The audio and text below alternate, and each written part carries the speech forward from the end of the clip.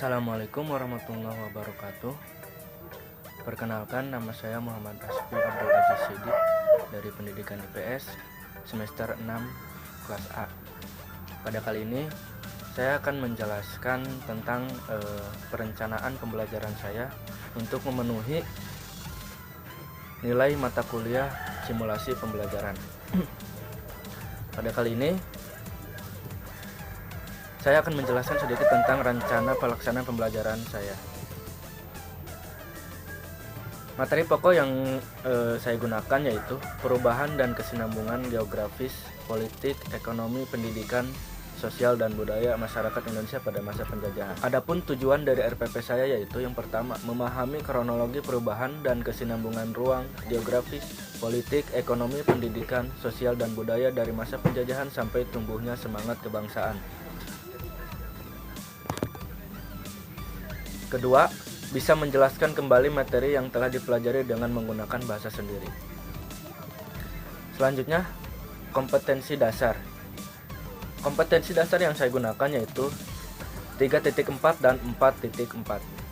Untuk kompetensi dasar 3.4-nya, menganalisis kronologi perubahan dan kesinambungan ruang geografis, politik, ekonomi, pendidikan, sosial dan budaya dari masa penjajahan sampai tumbuhnya semangat kebangsaan. Kompetensi dasar 4.4-nya yaitu menyajikan kronologi perubahan dan kesinambungan ruang geografis, politik, ekonomi, pendidikan, sosial, budaya dari masa penjajahan sampai tumbuhnya semangat kebangsaan. Selanjutnya, ada indikator materi pembelajaran dan metode. Untuk indikator yang saya gunakan yaitu pertama, memahami dan mengetahui kronologi perubahan dan kesinambungan ruang dari masa penjajahan sampai tumbuhnya semangat kebangsaan. Yang kedua, membuat review materi yang sudah dipelajari. Ketiga, menyajikan materi yang sudah dipelajari dengan bahasa dan pemahaman sendiri. Untuk materi pembelajarannya ada 5 yaitu: pertama, pengaruh monopoli dalam perdagangan. Kedua, pengaruh kebijakan kerja. Ketiga, pengaruh sistem sewa tanah. Keempat, pengaruh sistem tanam paksa. Dan kelima, perlawanan terhadap kolonialisme dan imperialisme.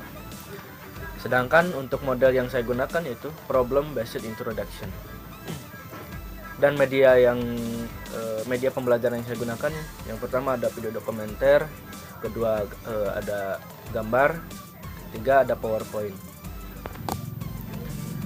Untuk model based introduction, menyajikan suatu kondisi belajar siswa aktif serta melibatkan siswa dalam suatu pemecahan masalah melalui tahap-tahap metode ilmiah. Melalui model ini, siswa dapat diharapkan mempelajari pengetahuan yang berhubungan dengan masalah yang disajikan serta dapat memiliki suatu keterampilan dalam memecahkan masalah.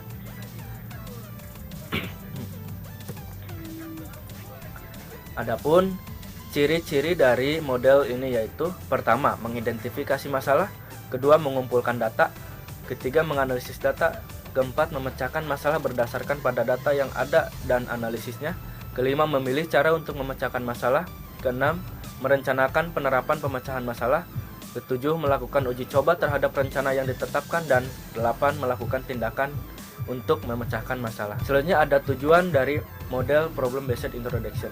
Pertama, untuk membantu siswa mengembangkan keterampilan berpikir dan keterampilan pemecahan masalah. Kedua, belajar peranan orang dewasa yang otentik. Tiga, menjadi siswa yang mandiri.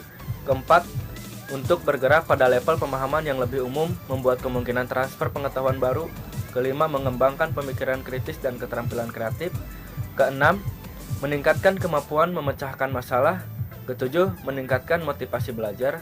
Dan kedelapan, membantu siswa belajar untuk mentransfer pengetahuan dengan situasi baru.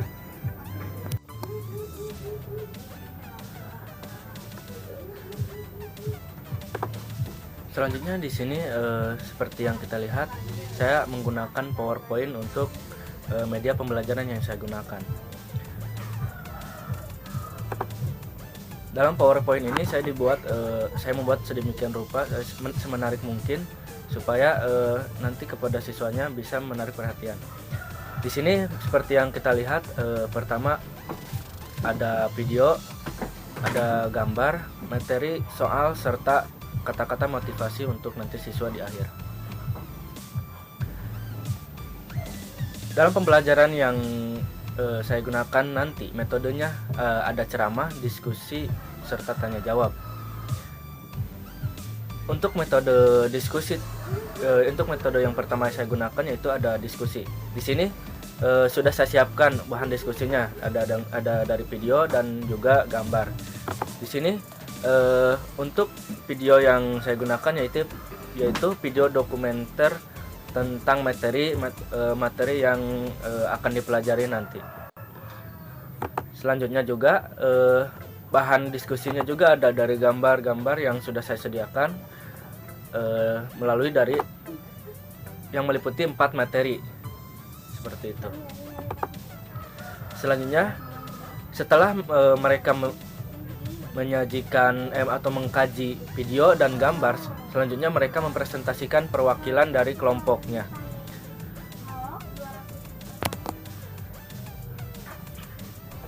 Setelah mereka mempresentasikan hasil dari pengamatan mereka, pengamatan video maupun gambar, maka selanjutnya mereka akan saling bertanya, saling menjawab terhadap apa yang mereka sudah presentasikan. Setelah semuanya selesai, baru saya sebagai pihak fasilitator atau pihak guru menjelaskan materi yang sudah dipelajari, yakni yang pertama ada pengaruh monopoli dalam perdagangan, yang kedua ada pengaruh kebijakan kerja paksa, yang ketiga pengaruh sistem sewa tanah, keempat pengaruh sistem tanam paksa, dan terakhir ada perlawanan terhadap kolonialisme dan imperialisme.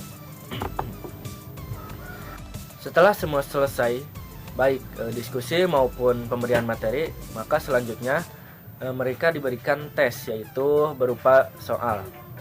Di sini ada 4 soal. Soal yang pertama di sini ada, yang kedua, ketiga, dan keempat. Nanti mereka akan menjawab soal-soal ini. Jika mereka jawabannya salah, maka akan muncul jawaban seperti ini. Jika jawabannya benar, maka akan muncul jawaban seperti ini. Begitupun dengan soal-soal yang lain seperti itu. Setelah diberikan soal selesai, maka selanjutnya yang saya akan lakukan itu penutupan dengan pertama diberikan kata-kata motivasi terlebih dahulu. Di sini ada kata-kata motivasi yang sudah saya buat dan saya sajikan untuk nanti para peserta didik. Setelah pemberian kata-kata motivasi, baru penutupan mata pelajaran atau penutupan pertemuan dengan pembacaan doa. Mungkin itu yang bisa saya sampaikan terkait tugas dalam pembuatan video simulasi pembelajaran. Sekian dan terima kasih. Wassalamualaikum warahmatullahi wabarakatuh.